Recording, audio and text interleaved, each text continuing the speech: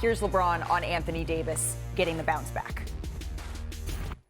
We don't give a about criticism about AD. We don't care. Nothing bothers us. Nothing. AD doesn't care. I don't know if guys have figured that out. AD does not care. He's not on social media, so he doesn't see none of the crap. He rarely talks unless it's to us. So we don't give a about it, and he definitely doesn't. He's go out and do his job, and we're happy to have AD. All right, so Zach, you've talked about wanting to maybe get off the roller coaster that is the up and down of Anthony Davis, but is this the version that they're going to need if they want to get one of those top seeds in the Western Conference? So let me just clarify. Is AD awesome again? Do we all agree he's awesome now? He was not all, now he's awesome again? Look, AD had 30 points. They'd love to get 30 points from every night. One reason he got 30 points last night, like Perk said, anytime he had a guard, like Eric Gordon was on him in that post-up, boom, right to the block. He didn't have that much against Denver.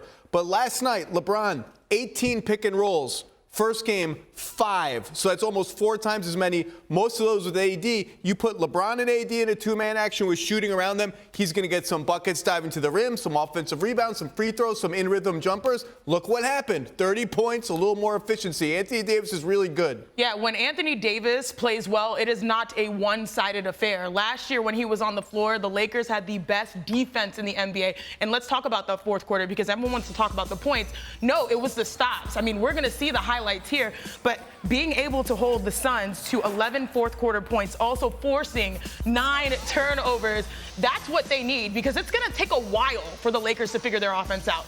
But they will need to have their defense each and every night to compete, and that starts and ends with AD. So the thing is, LeBron and Anthony Davis, they had to play, the entire fourth quarter to mount a comeback to beat an already shorthanded Suns team. The Suns only had 2 points scored in the fourth quarter by someone who was not named Kevin Durant, right? So are you, Kendrick Perkins, after seeing that performance, even though the Suns were shorthanded, feeling better or worse? Richard is extra annoying today about the Los Angeles Lakers. I feel the same. They're still a top 6 seed in the Western Conference. Do I have them picked as the favorite currently constructed? No. They beat a depleted Suns team without 2 of their stars in Bradley Beal and Devin Booker. Now, I will say this. It is alarming that LeBron James had to play the entire fourth quarter. That is a problem for the simple fact that he had to play the point guard position because D'Angelo Russell has been stinking it up that bad. And in order to get, listen, we've been talking about Anthony Davis and about, his production, but you got to find a way to get Anthony Davis easy buckets. When they won the championship in the bubble, Rajon Rondo was finding a way to get Anthony Davis easy buckets, whether it was lob threats, pick and pops, whatever the case may be. It's the same thing with LeBron James, and last year we saw it with Dennis Schroeder. If I'm the Los Angeles Lakers, I might be looking to trade for James Harden.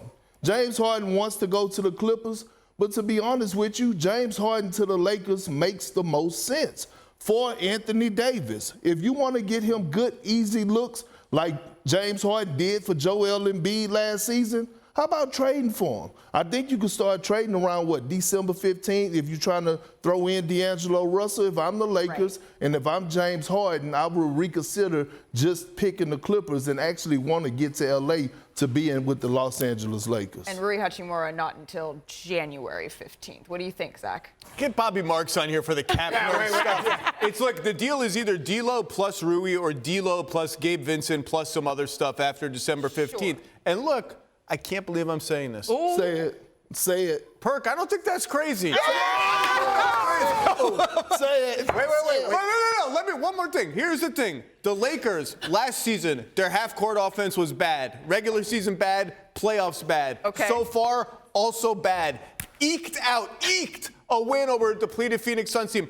Lakers are really good. I have them as one of the 6 or 7 teams that can win the title. They cannot win the title with a bad half-court offense. They have to figure it out one way or another. I don't think it's going to be with James Harden, but it does address the issue, Perk, with your feet on the table. Okay. Really quickly, to your point. I can't take anything you say seriously. Well, no one should ever. That's the whole point of this whole thing.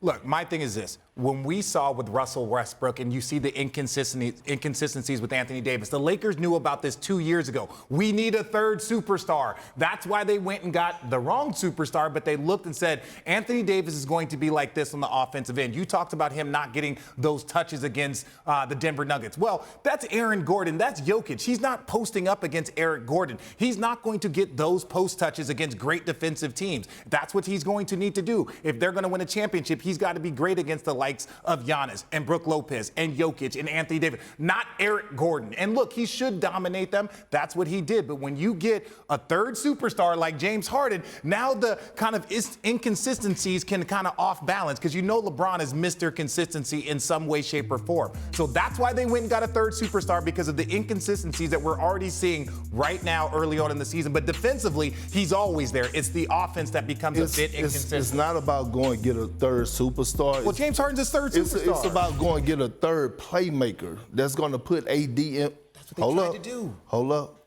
Last year, what did we see? As much work as Jokic put in for his team, does he not get easy buckets? He do get easy buckets. You know why? Because him and Jamal Murray two-man game is that special. When Jamal Murray's coming off a dribble handoffs, or if he's coming off the pick and roll, he's coming off with a purpose. He's drawing two. We seeing those behind-the-back passes to Jokic for the wide-open three-point shot. Is James Harden a third superstar? Richard, He's not a superstar. but we're not talking about him he needs to be a star in his role for the Lakers potentially. And I'm agreeing with Zach, which means I'm agreeing with Perk, because it's about being a playmaker. Mm-hmm. The Lakers in their first 2 games, they averaged 23.5 assists. Yep. You know what that would have been last season? That would be 26 in the NBA. That's not good enough. So here's you need what a point guard. the deal potentially could look like if you potentially say, right, it could be something like D'Lo, Rui Hachimura, and Cam Reddish for James Harden. I'm not advocating all I'm going to say is this. Or against. I think the idea is not crazy. I think the idea is not crazy. Okay. It's been 2 games. Let's just say, but if this continues, if their half-court offense is not good because they don't have enough creation, they are going to have to do something. And maybe that something is Austin Reeves has the last 40 games like he had last season and becomes that third guy. Maybe Gabe Vincent blows up. We'll see. Yeah. And you only do this, by the way, if Vando's healthy, right? Like you have to have. But Malika, Zach just said an important thing. You said it's been 2 games. That's the point.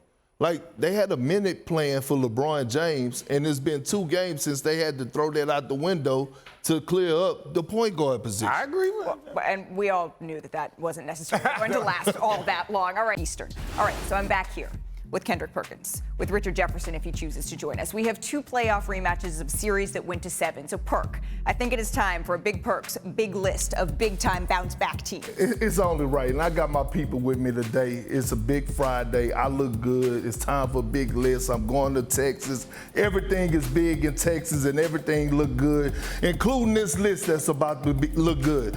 Big Perk's big list of bounce-back teams. You know what happened when I go to my son's football game? Alliteration. One of these parents' sons get hit, and I hear one of the mamas in the stand scream, "You better get your lick back." So this is the teams that better get their lick back. You ready, Malika? I'm gonna drop you a dime. Coming in at number 5. Let's run it. Oh, I didn't get to do it. Come on, you good. Bam! I need more. Bam! The New Orleans Pelicans, baby. And them old people out there be like, "You want some of that catfish, baby?" No! They want wins. The Pelicans started off hot last season. They were one of the top teams in the West, and then they fell off like no limit. Okay, they have to bounce back and get back to who they are, and that's just at least getting into the postseason on the back of Zion Williamson. RJ, bring your energy now. I don't want no stuff out of you. Okay. Coming in at number 4. Let's run it. Hold on a second. I wanted to say, we're not going to do this list anymore. We're not going to do this list. We're going to switch it up. We're going to show a couple of things a little different. Perk. We're not doing Perk's big list. We're doing Richard's revenge tour. Sorry, Perk, you're going to have to hold on, big fella. I got the jeans on. I got the hoodie on, so you know what that means. It's about the revenge tour. All right, so let me give you my number 1 team that's going to be on this revenge tour. I'm not going to do any bad, but just show it to us. Come on, let's talk about it. Let's bring them up. The Lakers. Look, you can't talk that trash. You can't have them saying all the noise that they were saying all offseason, and then you show up and you do absolutely nothing. They don't do anything. They don't show. They don't put any fight back. Look, Jokic is the best player in the world right now currently. He has dominated teams. He has dominated series, and he's the defending champion. He's a 2-time MVP. So if you're going to do something, the Lakers, that is the team. That is a team that you need to get prepared to beat. All right, who's number 2 on my revenge list? No, you don't need to get part of it. No, we're not doing that. We're not doing that. Okay. There you go. Let me get part so of this is my thing about the revenge tour of all of the teams that we have seen early on a couple of times, and you're just like, all right, well, the Boston Celtics improved. They lose Marcus Smart, but then they add the big fella Porzingis. Then what do? They go and add, come on, Drew Holiday, right? So maybe he's a better version of Marcus Smart. But Miami, they were embarrassing people. They had the Celtics, the most dominant team in the Eastern Conference for the last 10 years. They had them down 3-0, then hit them with the old dangy and just tease them a little bit, right? Well, that's what you do. You dangle it in front of them like, oh, come on, come back. I got you in 7. Go home. Sit there with that Boston. So they are on a revenge tour. That's why they made trades. That's why they got rid of their core, because they needed to do something else. They're on a revenge. Can I get part of number 1? All right, big fella, go ahead. Hit him with the number 1. Bam! Wow, that was loud. Who's number 1? That's right. The That's the number 1 I Milwaukee had. Bucks. Shout out to the Miami Heat. You put 2 of these teams on this list, all right? The Milwaukee Bucks, after winning a championship, after doing all this, what did they do? They went out in the first round. Now, I understand that Giannis got hurt, but he played in quite a few of those L's that they took, and his numbers were great, but their team flow was off, so they had to switch it up. They had to send one of his homies off to Boston. So it's just a real big situation. So again,